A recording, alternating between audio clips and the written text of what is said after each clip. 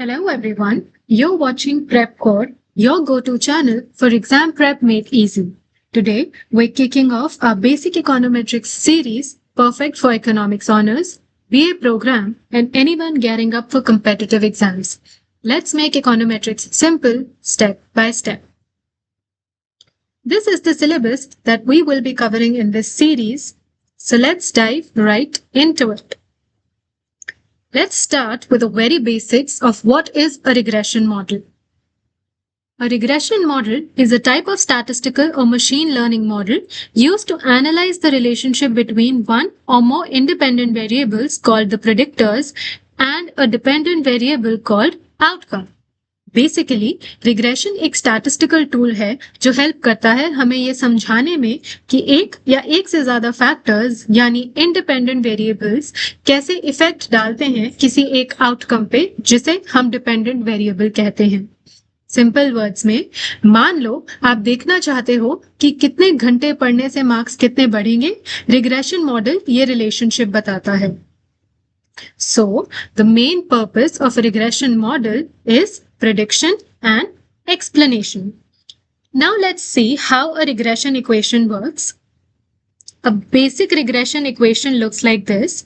Y is equals to beta naught plus beta 1x plus E or epsilon. Here, Y is the dependent variable जो हम predict करते हैं. X is the independent variable जो उसको affect करता है. Beta not is the intercept, मतलब जब x 0 हो तब y क्या होगा. बीटा 1 इज द स्लोप, मतलब x में 1 यूनिट चेंज से y कितना चेंज होगा. और e called the epsilon is the error term जो बताता है कि कुछ चीजें मॉडल में कवर नहीं हो पाई. All right, let's understand now the basic idea of the population regression function and sample regression function. Both are super important in econometrics. So first, what is population regression function or PRF?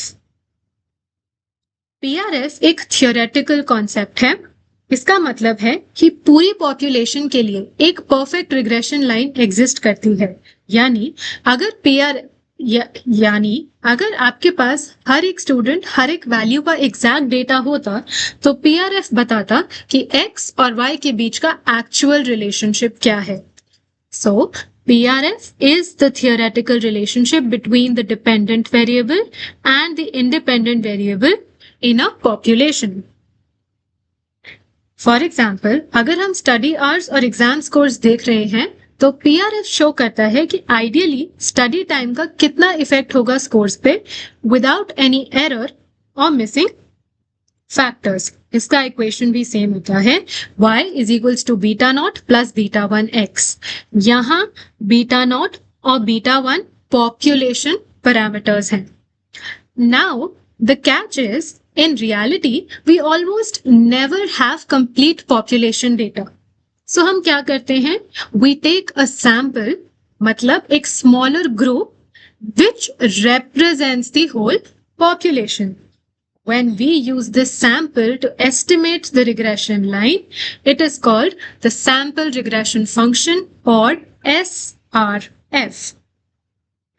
Sample regression function भी same form में होता है, बस difference ये है कि population regression function में parameters beta naught और बीटा 1 होते हैं जो ट्रू वैल्यूज हैं, और सैंपल रिग्रेशन फंक्शन में हम इनके एस्टिमेट्स लेते हैं जिसे हम बीटा नॉट हैट और बीटा 1 हैट कहते हैं.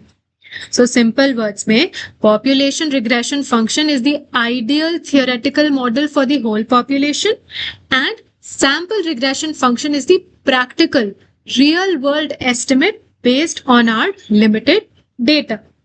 So PRF shows the perfect world and SRF shows a real world best estimate.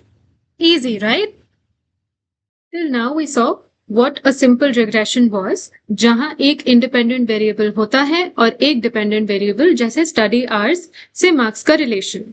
लेकिन रियल लाइफ में किसी भी चीज पर कभी सिर्फ एक फैक्टर का इफेक्ट नहीं होता, बहुत सारे फैक्टर्स मिलकर इफेक्ट डालते हैं. यही रीजन है कि हमें मल्टीवेरिएट लिनियर रिग्रेशन की जरूरत पड़ती है। इसमें हम मल्टीपल इंडिपेंडेंट वेरिएबल्स लेते हैं जो एक ही डिपेंडेंट वेरिएबल को अफेक्ट करते हैं। So, a multivariate linear regression model extends the simple linear regression by using multiple independent variables to predict the dependent variable. For example, अगर हम स्टूडेंट के मार्क्स प्रिडिक्ट करना चाहते हैं तो सिर्फ स्टडी आवर्स नहीं बल्कि ट्यूशन क्लासेस, स्कूल अटेंडेंस, पिछले साल के मार्क्स, ये सब फैक्टर्स अफेक्ट मिलके करते हैं। इसका इक्वेशन होता है y is equals to beta naught plus beta 1 x1 plus beta 2 x2 plus beta n xn plus error term। यहाँ पे y is the dependent variable जिसे हम प्रिडिक्ट करना चाहते हैं। x1, x2, xn आदि independent variables जो y को इफेक्ट करते हैं। Beta not is the intercept, beta 1, beta 2, beta n coefficients होते हैं जो बताते हैं हर वेरिएबल का y पर कितना इम्पैक्ट है, और एरर टर्म बताता है जो बाकी वेरिएशन मॉडल में कवर नहीं हो पाता। मल्टीवेरिएट लिनियर रिग्रेशन से हमें एक कॉम्प्लेक्स और रियलिस्टिक पिक्चर मिलती है। रियल वर्ल्ड का डेटा सिंपल नहीं होता तो मॉडल भी सिंपल नहीं होना चाहिए। Let's now talk about the stochastic error term.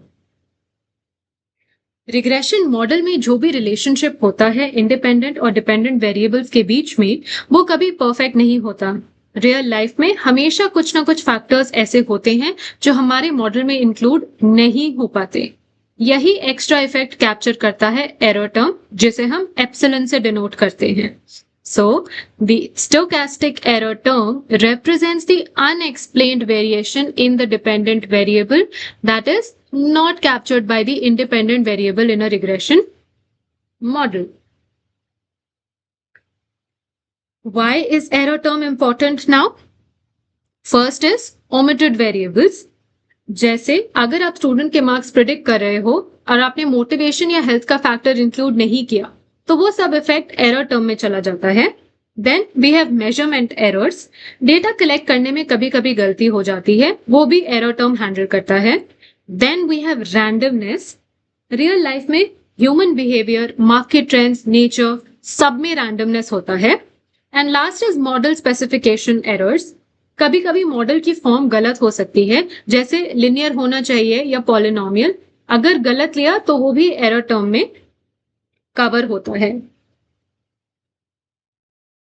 So error term से ही रिग्रेशन रियलिस्टिक बनता है। बिना एरर के हम मान रहे होते हैं कि सब कुछ परफेक्टली जानते हैं, जो प्रैक्टिकली पॉसिबल नहीं है।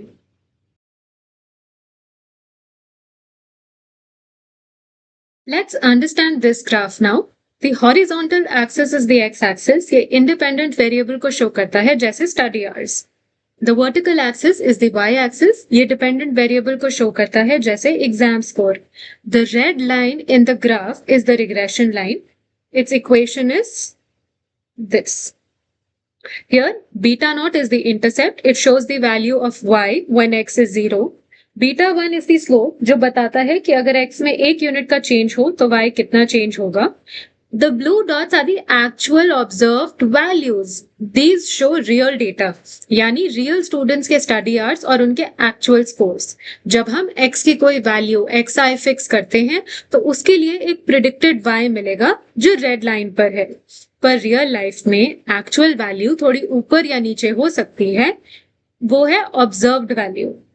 The vertical gap between each blue dot and the red line is called the error term, denoted by E.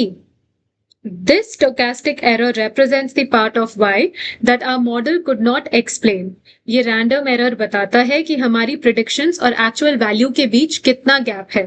इसका रीजन हो सकता है कोई और फैक्टर जो मॉडल में नहीं है, measurement error या randomness. If all the points were exactly on the line, the error would be 0. But in real life, this never happens.